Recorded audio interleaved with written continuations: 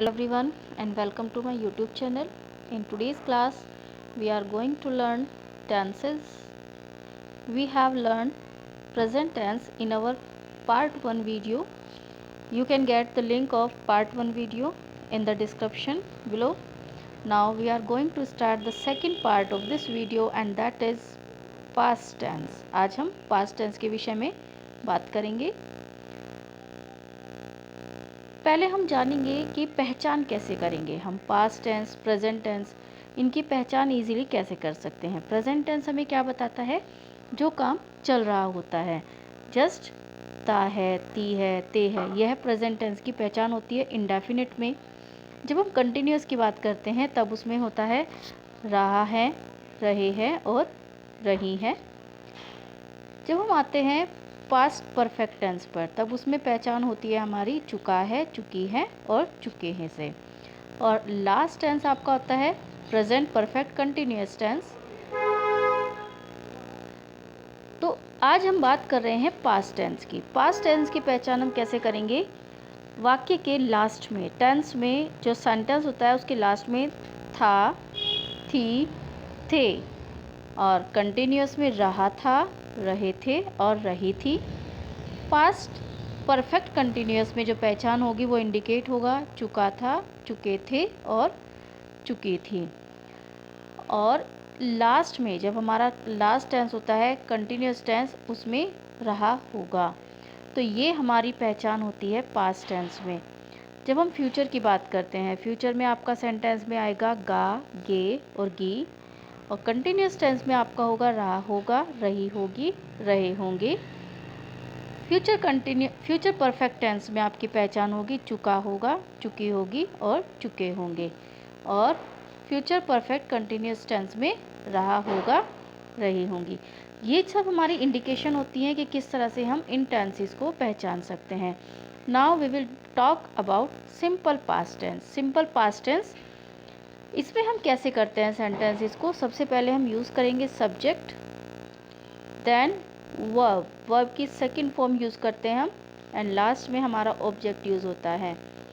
तो इसको यूज़ करने के लिए जस्ट एग्जाम्पल के रूप में हम जाने, वह गया था।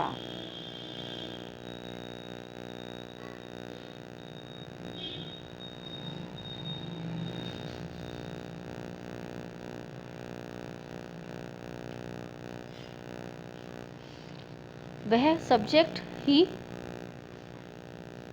जाने की इंग्लिश आपकी होगी गो, और सेकंड फॉर्म हम जब लगाएंगे वेंट। तो इस तरह से हम पास्ट टेंस को यूज़ करते हैं। The simple past tense is use for an action. जो सिंपल पास्ट टेंस होता है वो उस कार्य के लिए यूज़ किया जाता है जो किसी निश्चित टाइम पर घटित हो चुका है, कंप्लीट हो चुका है, उसी को हम पास्ट टेंस कहते हैं। सिंपल पास्ट टेंस में हम इसको यूज़ करते हैं। यहाँ पर हम कुछ एग्जाम्पल देख लेते हैं। अफर्मेटिव सेंटेंस में जब हमारा वाक्य सकारात्मक होता है, मैं खेला, आई प्लेड। अगर सेंटेंस हो जाए वे खेले तो हम सब्जेक्ट चेंज कर देंगे, दे प्लेड। नेगेटिव सेंटेंस में अगर हमारा सेंटेंस नेगेटिव है, नकारात्मक है, तब हम क्या करते हैं? जस्ट फर्स्ट सेंटेंस है आपका मैं नहीं खेला था, इसी को हम कैसे करेंगे? हम नेगेटिव सेंटेंस को चेंज करने के लिए डिड नॉट का यूज़ करेंगे और वर्ब की first form plus verb first form, did के साथ डिड नॉट और वर्ब की फर्स्ट फॉर्म आप यूज़ करते हो, तो सेंटेंस आपका बन जाएगा आई डिड नॉट प्ले। जब हमारा सेंटेंस क्या से स्टार्ट होता है, व्हेन क्या से हमारा सेंटेंस स्टार्ट हो क्वेश्चन वाचक में, तब हम क्या करेंगे? हेल्पिंग वर्ब जो होती है आपकी डिड, उसको हम सेंटेंस की स्टार्टिंग में लगा देते हैं। फिर आपका आएगा subject and then verb and last में ऑब्जेक्ट अगर इंडिकेटेड है तो अगर हमारा सेंटेंस है डबल नेगेटिव है, इंटरोगेटिव और नेगेटिव फॉर्मेशन में आता है, तब हम क्या करेंगे? डिड, जैसे सेंटेंस है आपका did I play, did I, तो आई हमारा जो सब्जेक्ट है, सब्जेक्ट के जस्ट बाद आप नोट इंक्लूड कर देते हैं। इस तरह से हम पास्ट टेंस को यूज़ कर सकते हैं। तो ये आपके एग्जांपल्स हैं जो आपको समझाएंगे कि किस तरह से हमें एक्सरसाइजेज में पास्ट टेंस की फॉर्म को यूज़ करना होता है। नेक्स्ट आपका आता है past continuous tense. Past continuous tense वह टेंस है जिसमें वर्क पास्ट में कंटिन्यू रहा था। जस्ट इसमें जो फॉर्मूला चलेगा वो आपका होगा subject plus was verb plus verb in first form plus ING and then object. Past continuous tense is used for an action, यह टेंस उस कार्य के लिए यूज़ किया जाता है which was happening at a particular time in the past, जो एक निश्चित समय पर घटित हो रहा है पास्ट टाइम में, उसी को हम पास्ट कंटिन्यूस टेंस कहते हैं। We can see this examples also. Boys were playing, लड़के खेल रहे थे। वर यहाँ पर हमें ध्यान रखना है, जब आपका सिंगुलर होगा तब आप यूज़ करोगे वाज, और प्लूरल के लिए आपको यूज़ करना है वर। ओके, तो हमें क्या यूज़ करना है, वाज और वर को इंडिकेट करना है। यहाँ पर डिड नॉट का यूज़ नहीं होगा, यहाँ पर आपका वाज वर का इंडिकेशन होगा। सिंगुलर के साथ आप वाज यूज़ करोगे और प्लूरल के साथ वर। जस्ट बॉयज़ वर प्लेइंग, अब यहाँ पर आपका सिंगुलर था इसलिए हमने यहाँ पर बॉयज़, प्लूरल वर्ब था बॉयज़ इसलिए हमने यहाँ पर वर यूज़ किया। अगर सेंटेंस होता लड़का खेल रहा था तो आपका सेंटेंस बन जाएगा बॉय वाज, तब आप यहाँ पर वाज यूज़ करोगे प्लेइंग। नेक्स्ट है नेगेटिव सेंटेंस। नेगेटिव सेंटेंस में हम क्या करते हैं, हमारी जो वाज वर्ब होती है वो हेल्पिंग वर्ब होती है। हेल्पिंग वर्ब के जस्ट बाद हम नॉट इंडिकेट कर देते हैं, इससे हमारा सेंटेंस नकारात्मक में बदल जाता है। इंटरोगेटिव सेंटेंस में अगर हमारा सेंटेंस स्टार्ट हो रहा है क्या से, जब हमारा सेंटेंस क्या लड़के खेल रहे थे, तो हम क्या करेंगे, हेल्पिंग वर्ब जो वाज वर्ब है आपका, वो अकॉर्डिंग टू सिंगुलर और प्लूरल हम यूज़ करेंगे, उसको हम सेंटेंस के स्टार्टिंग में यूज़ करते हैं। Then use subject and then verb and last is object. Negative interrogative sentence में हम जस्ट लाइक सब्जेक्ट के बाद नॉट इंक्लूड कर देंगे, जैसे वर बॉयज़ नॉट प्लेइंग, तो यहाँ पर आपका सेंटेंस बच जाएगा वर बॉयज़ नॉट प्लेइंग। अगर सेंटेंस सिंगुलर में हो वाज बॉय नॉट प्लेइंग, तो इस तरह से हम सेंटेंसेस को कन्वर्ट करते हैं। Past perfect tense, next tense है आपका पास्ट परफेक्ट टेंस।